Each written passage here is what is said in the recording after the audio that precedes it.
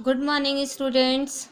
Students, in my previous video, you got chapter 1 poem. Today I will teach you chapter 2 बुद्धि धन सबसे बड़ा. Students, व्यक्ति की सबसे बड़ी दौलत धन उसकी बुद्धि होती है. बुद्धि अथवा ज्ञान के बल पर वह अपार धन कमा सकता है ना, जबकि ज्ञान के बिना वह अपनी कमाई हुई धन संपत्ति भी गंवा देता है. इसके अलावा बुद्धिमान जो आदमी होते हैं उनकी सभी लोग कदर करते हैं और मूर्ख सदा अपमानित होते रहते हैं, है ना.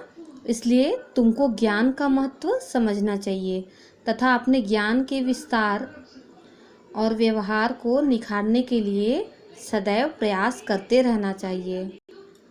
तो आइए मैं आज एक आपको कहानी सुनाऊंगी जो कि बहुत ही सुंदर कहानी है, बहुत अच्छी स्टोरी है. उसको आप लोग ध्यान से सुनोगे, ठीक है. एक राजा है जो कि जंगल से लौट रहा है. शाम हो गई है और वो अपने घुड़सवारों के साथ जंगल की तरफ से आ रहा है.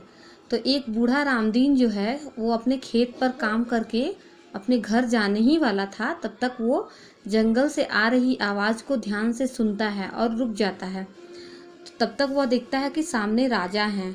तो वो राजा को प्रणाम करता है. तो राजा उसको कहते हैं, रामदीन को, कि बूढ़े बाबा, तुम्हें अपना काम समाप्त करने के लिए सुबह और जल्दी उठना चाहिए था.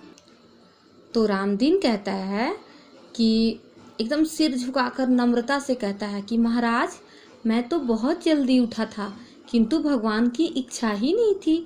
ये रामदीन जो है और महाराज जो हैं, ये लोग क्या कर रहे हैं, पहेलियों में बातें कर रहे हैं. लेकिन ये पहेलियों में जो बातें ये दोनों कर रहे हैं, ये तीनों जो घुड़सवार थे, राजा के सैनिक हैं, उनको कुछ समझ में नहीं आ रहा है, क्योंकि ये बिल्कुल मूर्ख हैं. बस ये धन की भाषा को समझते हैं, सीधी सी बात समझते हैं ये लोग. तब राजा ने पूछा, बाबा, पर्वत के उस शिखर पर कितने वर्षों से बर्फ गिर रही है और निर्झर कब से बह रहा है. तो फिर बूढ़े रामदीन ने कहा कि 40 वर्ष हो गए हैं मेरे भगवान. राजा ने फिर एक प्रश्न किया, किंतु यह तो बताओ बाबा, यदि 3 हंस तुम्हारे पास आए तो क्या तुम उनको मूर्ख बना सकोगे. राजा ने सवाल किया कि 3 हंस अगर तुम्हारे पास आएंगे तो तुम उनको मूर्ख बना पाओगे. तो फिर रामदीन कहते हैं, एकदम सिर झुकाकर राजा के सामने कहता है कि जैसी आपकी आज्ञा महाराज. तो यह सुनकर रामदीन को महाराज ने एक असरफी दी और अपने साथियों के साथ वह वापस राजमहल लौट गया.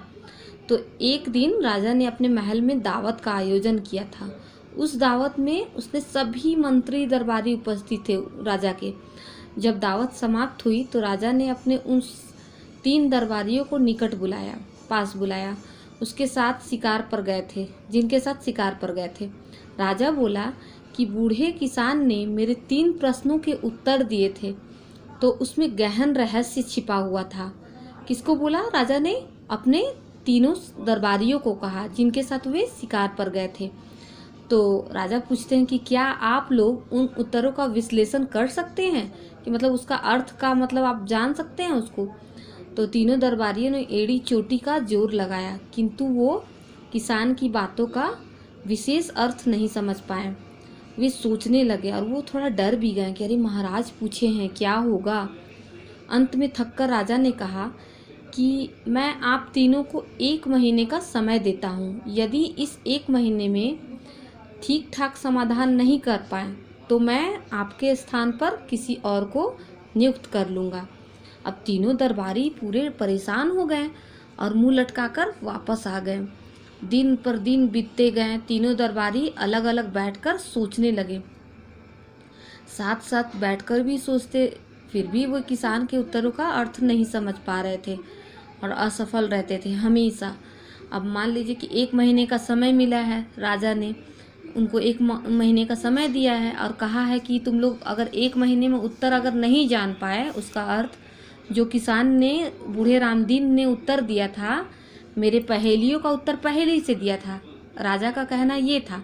तो उस पहेलियों में क्या अर्थ छिपा है, ये इन तीनों को बताना है. ये तीनों जो खड़े हैं सामने, जो देख रहे हैं आप, तो फिर जब पूरा 1 महीना बीत गया, एक दिन बस शेष रह गया, तो तीनों दरबारी उस बूढ़े किसान के पास जाते हैं और बूढ़े रामदीन ने तीनों दरबारियों को एकदम दिल से स्वागत किया और पूरे आदर सम्मान के साथ बैठाया।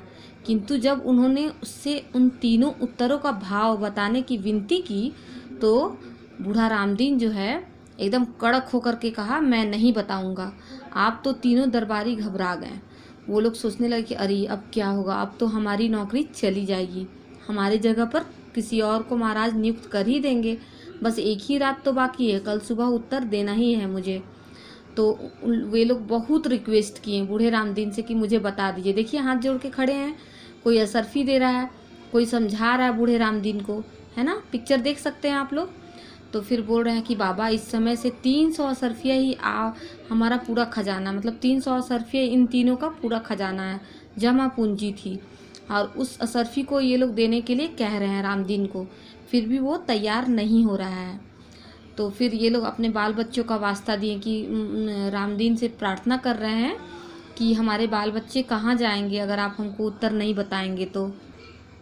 उनके बहुत जिद करने पे वो 300 असरफिया रामदीन ने ले ली और बताना शुरू किया।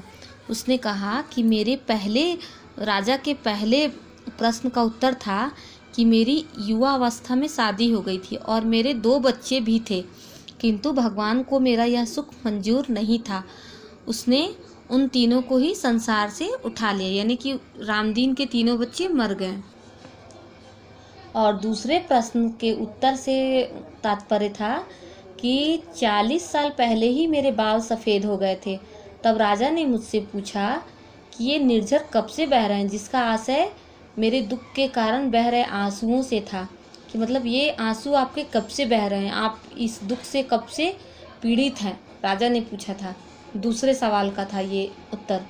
तो उत्तर है कि अंत में जिसका आशय मेरे दुख से था वो बताया किसान रामदीन, और अंत में 3 हंसों से राजा का तात्पर्य है कि आप तीनों से है, कि जो मुझसे इस बातचीत को समझने आए हैं आप लोग, जैसा मैंने राजा को वचन दिया था, मैंने इन साधारण सी बातों का। तो बच्चों लास्ट में जो राजा पूछता है कि यह तो बताओ बाबा कि यदि 3 हंस तुम्हारे पास आए तो क्या तुम उनको मूर्ख बना सकोगे।